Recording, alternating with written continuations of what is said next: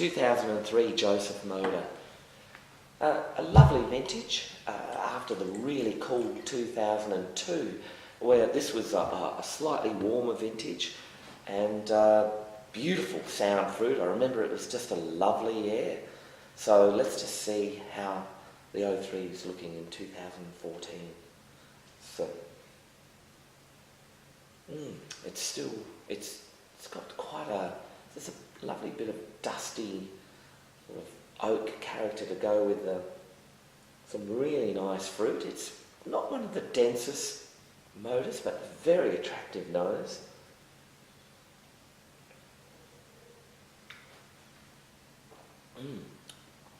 Some really quite satisfying richness and almost like a caramelly raisin character showing, and some nice tannins still there. There's a nice vibrancy. It's actually got a lovely poise. It's not one of our richest Modas, but it's really looking quite balanced and together, all the components.